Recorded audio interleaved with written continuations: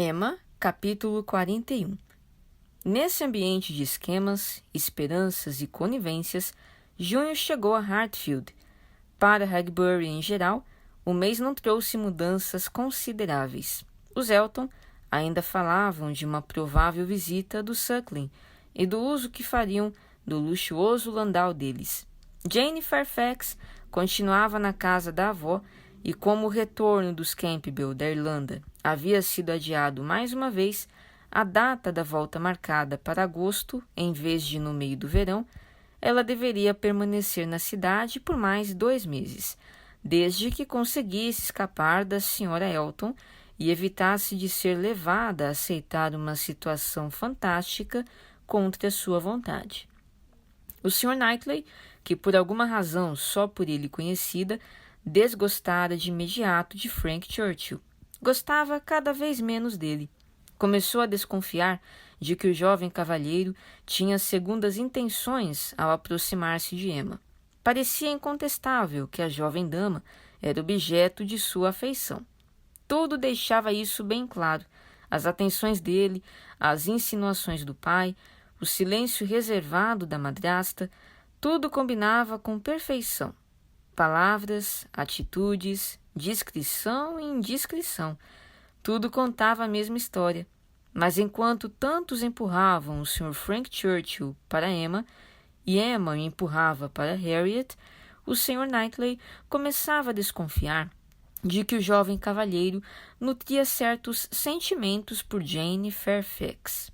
Ele não conseguia compreender bem o que havia, porém notou que havia sintomas de entendimento entre eles, ou pelo menos era o que ele pensava, sintomas de admiração por parte do jovem que, depois de notá-los, o Sr. Knightley não podia persuadir a si mesmo de que fossem totalmente desprovidos de significado. No entanto, ele não queria cometer um erro semelhante aos erros de imaginação de Emma. Ela não se encontrava presente quando a suspeita surgiu. O Sr. Knightley estava jantando na casa dos Elton em companhia da família de Randalls e Jane. Viram olhar nada mais do que um único olhar para a Sra. Fairfax, que, partindo do admirador da Sra. Woodhouse, pareceu-lhe um tanto fora de lugar. Quando se encontrou de novo em companhia deles, não pôde evitar de lembrar-se do que vira, nem evitar observações que, a menos que fossem como Cowper e seu fogo ao lusco-fusco, imaginando o que vi, trouxeram-lhe suspeitas, ainda mais profundas, de que havia uma atração particular, e até de que existia mesmo entendimento entre Frank Churchill e Jane. Certo dia, depois do jantar, ele dirigiu-se a pé para Hartfield, a fim de passar algumas horas lá, como sempre costumava fazer.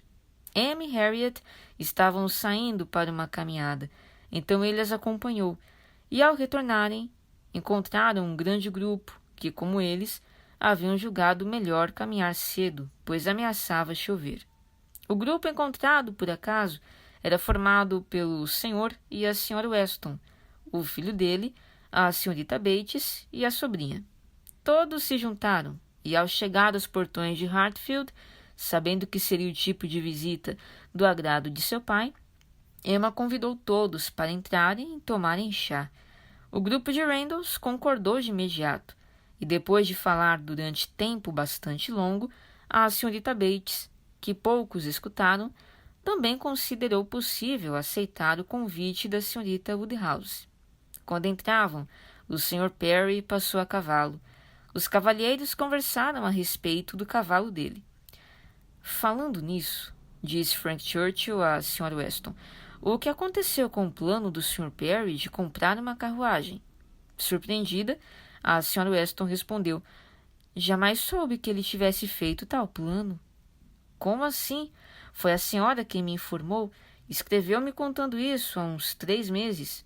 Eu? Impossível! Mas o fez sim. Lembro-me perfeitamente.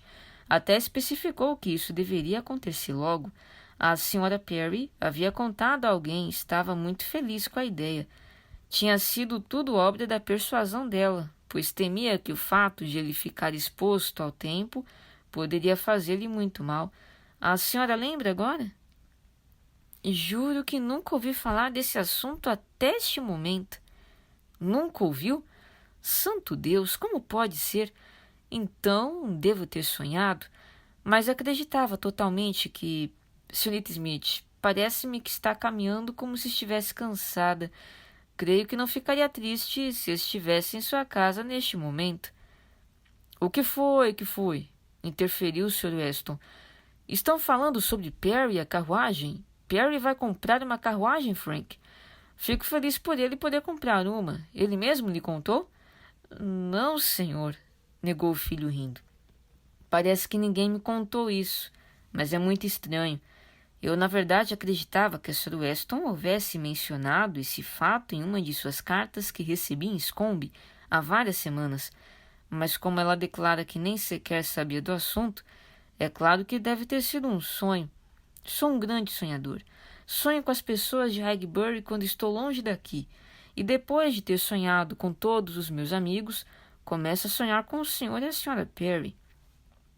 É muito estranho mesmo, concordou o pai, que você sonhe regularmente com pessoas nas quais não pensa com frequência, enquanto está em Scombe. Perry comprando uma carruagem e a esposa persuadindo-o a fazê-lo por causa de sua saúde. Isso deverá acontecer mesmo, mais cedo ou mais tarde, mas não por enquanto. Que tipo de coisas nos aparecem em sonhos? Quantos absurdos! Bem, Frank, esses sonhos sem dúvida mostram que Highbury fica em seus pensamentos quando você está longe. Emma, você também sonha muito, não é? Emma encontrava-se fora do alcance da voz dele. Havia entrado antes dos convidados para avisar o pai da chegada deles e não ouviu a pergunta do Sr. Weston. Bem, para dizer a verdade, adiantou-se a senhorita Bates, que tentava em vão ser ouvida havia mais de 2 minutos. Se devo falar desse assunto, não há como negar que o Sr. Frank Churchill deve ter sonhado. Não estou querendo dizer que ele não sonhou, porque sei que tem os sonhos mais estranhos do mundo. Mas, se me perguntassem, eu responderia que ouvi comentários a respeito dessa ideia na primavera passada, pois a Sra. Perry, em pessoa, mencionou-a para minha mãe e os Cole também sabiam disso. Mas era quase um segredo que mais ninguém sabia, e eles só pensaram nisso por uns 3 dias. A Sra. Perry estava muito ansiosa por ter uma carruagem, e certa manhã chegou lá em casa para visitar minha mãe muito animada, porque achava que tinha conseguido. Jane, você não lembra de sua avó nos contando isso quando chegamos em casa? Não lembro de onde estávamos retornando. Provavelmente de Randalls. Sim, creio que havíamos estado em Randalls mesmo. A Sra. Perry sempre gostou muito de minha mãe. Na verdade, não conheço ninguém que não goste dela.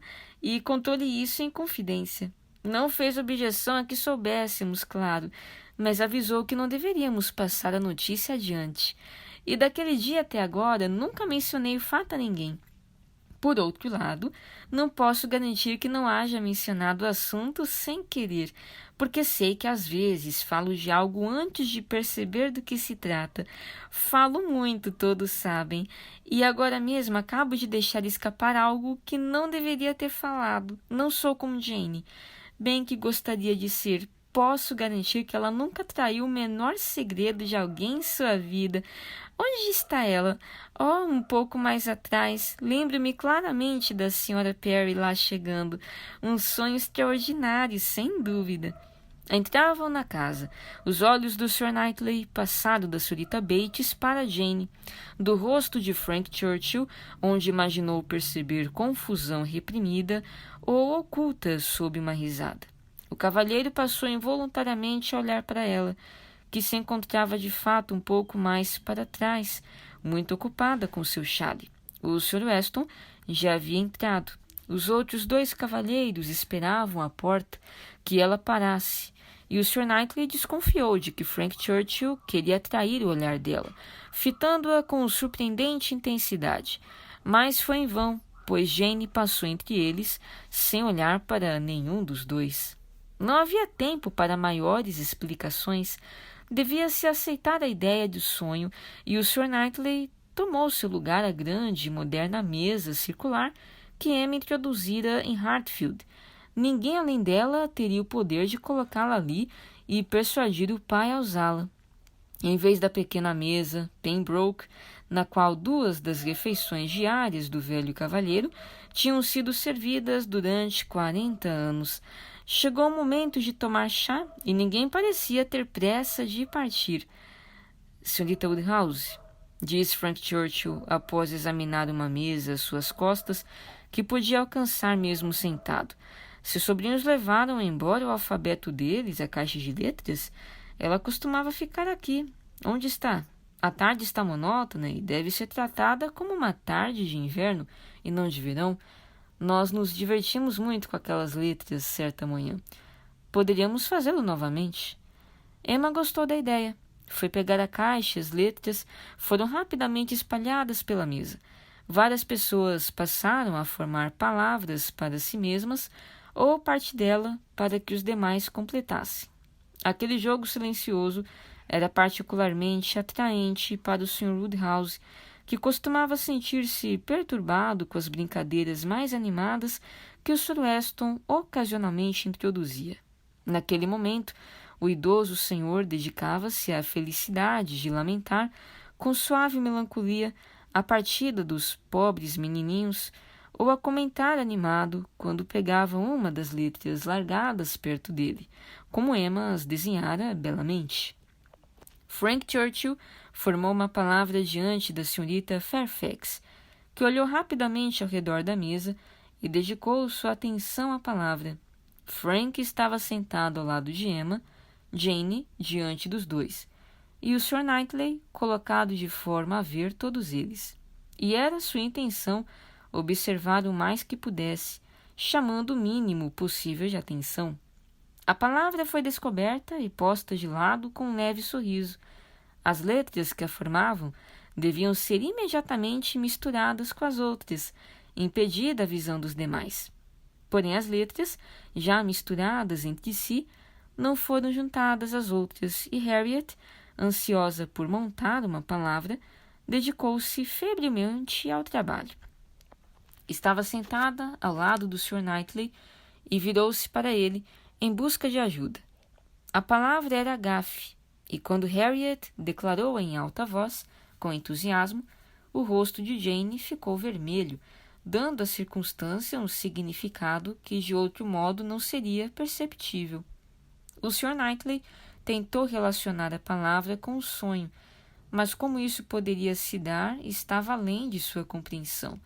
Como encarar a delicadeza e a discrição de sua favorita depois daquelas manobras que percebera? Ele temia que houvesse algum envolvimento. Artimanhas e fingimentos pareciam estar à espera dele a cada passo. Aquelas letras tinham sido instrumentos de galanteria e de truques. Era um jogo de criança, porém fora escolhido para esconder um jogo mais profundo por parte de Frank Churchill. Com grande indignação, continuou a observar o jovem cavalheiro. Inquieto e desconfiado, acompanhou também as ações das 2 ingênuas companhias dele. Frank preparou uma palavra curta para Emma, apresentando-a a ela com um olhar astuto e discreto. Ficou evidente que Emma logo a decifrou, considerando-a altamente divertida, apesar de ser algo que ela achava digno de censura, pois disse: "Que insensatez, que vergonha!" Então o Sr. Knightley ouviu Frank Churchill dizer, indicando Jane com o olhar: "Vou dar a mesma para ela, devo?" E a resposta de Emma soou imediata com uma rápida e calorosa risada. Não deve. Não deve mesmo, de forma alguma." Mas era tarde demais. Aquele jovem galante que parecia amar sem sensibilidade e recomendar-se sem nenhuma modéstia, passou a palavra para a senhorita Fairfax e, com uma boa dose de tranquila civilidade, convidou-a a estudá-la. Muito curioso para saber que palavra era, o Sr. Knightley aproveitou cada oportunidade para espiar e logo descobriu que as letras formavam o nome Dixon. A percepção de Jane Fairfax pareceu acontecer ao mesmo tempo que a dele, só que ela estava certamente mais preparada para perceber o sentido oculto, a intenção apenas sugerida daquelas 5 letras. Claramente aborrecida, a senhorita Fairfax ergueu o rosto, viu que era observada, ficou vermelha e disse apenas: Eu não sabia que nomes próprios eram permitidos. Ela empurrou as letras para longe de si com um gesto que o Sr. Knightley achou ser de raiva e parecia decidida a parar de jogar. Desviou o olhar daqueles que haviam feito o ataque e voltou-se para a tia. Sim, tem razão, minha querida, exclamou esta última, apesar de Jane não ter dito nada. Eu ia dizer a mesma coisa, está mesmo na hora de irmos. A noite está chegando e a vovó vai ficar preocupada. Meu caro senhor, o senhor é muito gentil, mas temos mesmo de dizer boa noite. Jane levantou de imediato, mostrando que estava tão pronta para ir quanto sua tia havia suposto. Contudo, várias outras pessoas também se moveram, e ela não conseguia deixar a mesa, e o Sr. Knightley teve a impressão de ter visto outro grupo de letras ser empurrado ansiosamente na direção dela, que o afastou sem olhar. Foi então em busca de seu chale, e Frank Churchill tratou de ajudá-la a procurar. Estava escurecendo e a sala ficou imersa em confusão, de modo que o Sr. Knightley não saberia dizer de que modo haviam se despedido. Depois que todos os demais já haviam saído, ele ficou em Hartfield, pensando no que vira, concentrado, e quando as velas foram acesas, decidiu que devia, como amigo, um amigo preocupado, dar a Emma algum conselho, fazer-lhe algumas perguntas. Não podia vê-la em uma situação de tal perigo sem tentar preservá-la. Era seu dever. Diga, Emma, começou. Posso perguntar qual foi a graça daquela palavra maldosa mostrada por último a você e a senhorita Fairfax? Vi qual era e estou curioso por saber por que se mostrou tão interessante para uma e tão perturbadora para outra. Emma ficou extremamente confusa. Ela não podia dar a verdadeira explicação, pois apesar de suas suspeitas se manterem, estava muito envergonhada, pois na verdade jamais deveria ter formado tais ideias. Oh! Exclamou, evidentemente embaraçada. Não quer dizer nada, é apenas uma brincadeira entre nós. Parece-me que essa brincadeira, replicou ele com gravidade, foi apenas entre você e o Sr. Churchill. Ele esperou que Emma dissesse algo, mas ela não fez. Preferia fazer qualquer coisa a falar. O cavalheiro ficou em dúvida e vários pensamentos sombrios passaram-lhe pela cabeça. Interferência infrutífera. A confusão de Emma e a intimidade que percebera entre os dois pareciam evidenciar a afeição dela. Mas devia falar. Devia isso a ela, por seu bem-estar, mesmo que se arriscasse a cometer uma interferência mal recebida. Minha querida Emma, disse ele por fim com toda a gentileza, acha que compreende perfeitamente o grau de relação entre o cavalheiro e a jovem dama dos quais estamos falando? Entre o Sr. Frank Churchill e a senhorita Fairfax? Oh, sim, perfeitamente. Por que pergunta isso? Você nunca teve motivos para pensar que ele a admira ou que ela o admira? Nunca, nunca, exclamou Emma com a mais franca certeza. Tal ideia jamais me ocorreu nem por 1/20 de um segundo. E como isso surgiu em sua mente? Nos últimos dias, tenho tido a impressão de ver sintomas de afeição entre eles, certos olhares significativos que não creio que eles tenham intenção de tornar públicos. Oh, o senhor me diverte tanto. Fico feliz por constatar que o senhor também consegue dar asas à sua imaginação. Mas lamento informar que fracassou em sua primeira tentativa. Lamento muito. Mas não há afeto entre eles, eu lhe asseguro. E os indícios que o senhor testemunhou foram apenas obra de circunstâncias peculiares, de sentimentos com natureza totalmente diferente do que imagina. É impossível explicar exatamente, mas há muita coisa sem sentido no que o senhor observou. E a única parte disso tudo que pode receber crédito, que faz sentido, é que eles estão tão longe de ter interesse um pelo outro, tanto quanto é possível que 2 seres no mundo estejam. Quer dizer, Presumo que seja assim por parte dela, e posso afirmar que assim é por parte dele. Posso responder pela indiferença do jovem cavalheiro. Emma falou com tanta confiança e satisfação que silenciou o Sr. Knightley. Estava alegre e teria prolongado a conversa, desejando ouvir os detalhes da suspeita dele. A descrição de cada olhar e todos os ondes e comos daquela circunstância altamente interessante para ela. Mas ele não se encontrava no mesmo estado de ânimo. Descobrira que não poderia ser útil e sentia-se irritado demais com isso para continuar conversando. Para que a irritação não se transformasse em uma febre, com a ajuda do fogo que os hábitos de saúde delicada do Sr. Woodhouse exigiam toda a noite, o cavalheiro foi embora pouco depois. Dirigiu-se para sua casa, para a frieza e solidão da abadia Donwell.